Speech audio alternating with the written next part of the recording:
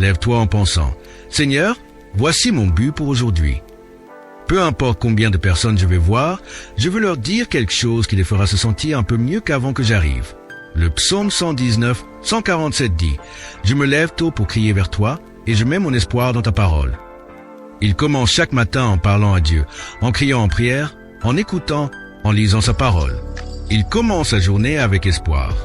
Est-ce que tu commences ta journée avec espoir ou désespoir? À un moment, il faut se regarder dans le miroir et se demander, peut-être que c'est moi qui dois changer.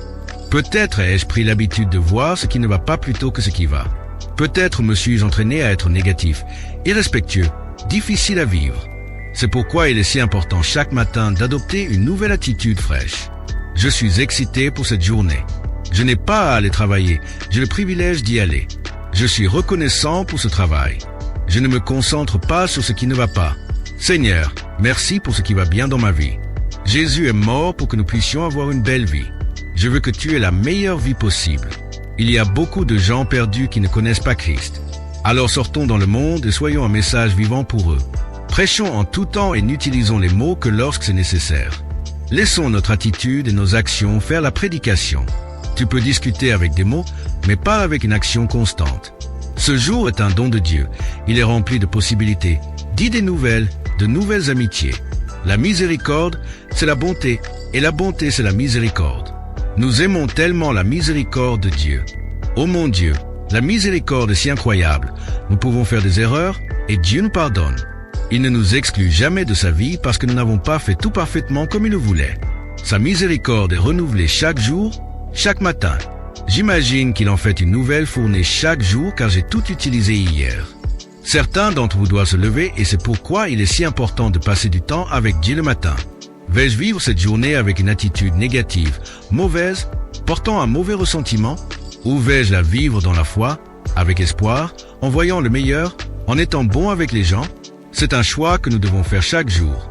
Quoi que tu sois en train d'affronter aujourd'hui ou que tu puisses affronter, je veux que tu l'appelles Goliath.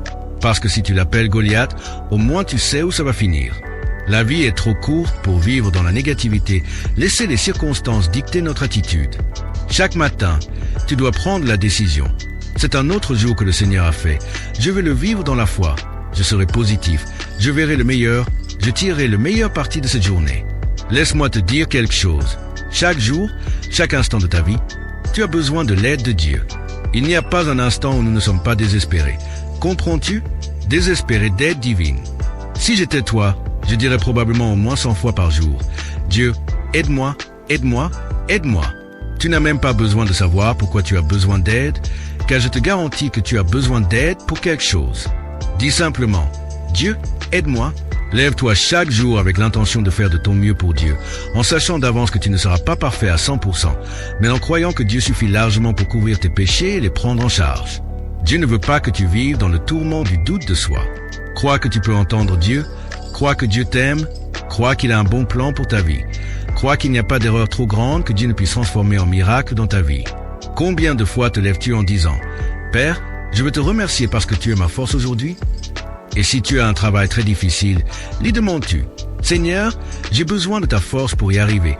Je ne sais même pas comment je vais pouvoir faire ce que je dois faire. Tu es ma force ?»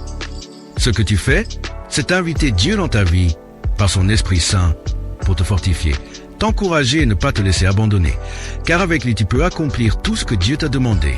Le diable essaie toujours de te dire ce que tu n'es pas, mais peu importe ce que tu n'es pas, Jésus compense et fait de toi plus que suffisant si tu mets ta foi en lui.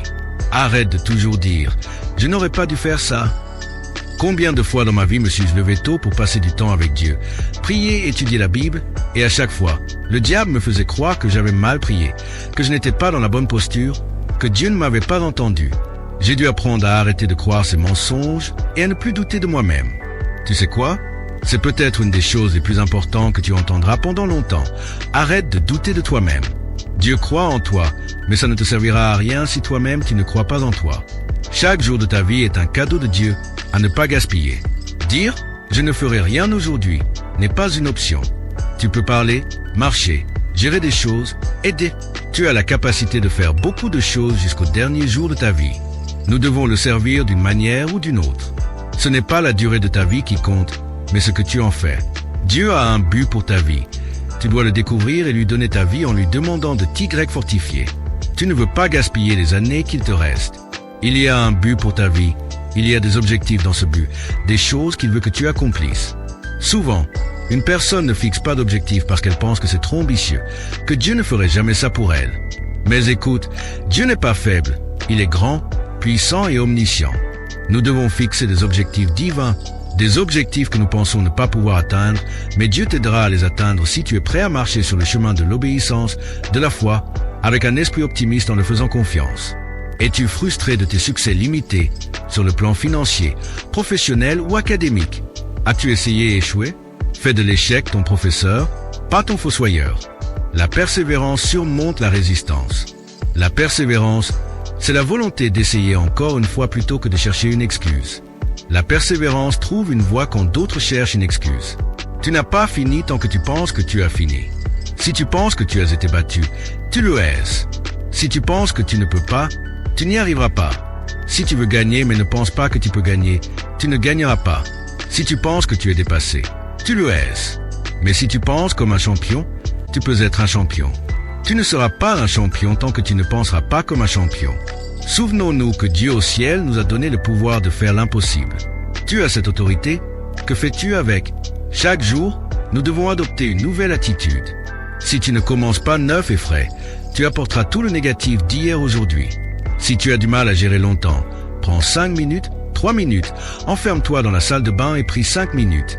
Dis simplement, Dieu, aide-moi, je veux mettre l'amour, je veux sortir aujourd'hui et bien traiter les gens. J'ai des soucis. Seigneur, ils me rendent grincheux, ne me laisse pas les rejeter sur les autres. Organise-toi pour te comporter correctement. Chaque matin, quand tu te lèves, dis, Père, merci pour ce jour, merci de m'avoir réveillé, merci pour l'air que je respire, merci de m'entourer de ta faveur. Je suis reconnaissant d'être en vie, pour ma famille, pour les opportunités. Seigneur, je vais vivre cette journée pleinement. C'est adopter une nouvelle attitude, effacer les déceptions d'hier, ce qui n'a pas fonctionné, et mettre ton esprit dans la bonne direction. Je vais voir le bien aujourd'hui, être gentil avec quelqu'un, rester dans la foi et apprécier la journée. Prévois d'être une bénédiction. Prévois à l'avance que si quelqu'un t'offense, tu vas lui pardonner immédiatement. Prévois d'être prompt à pardonner, à donner, à complimenter, à encourager les gens.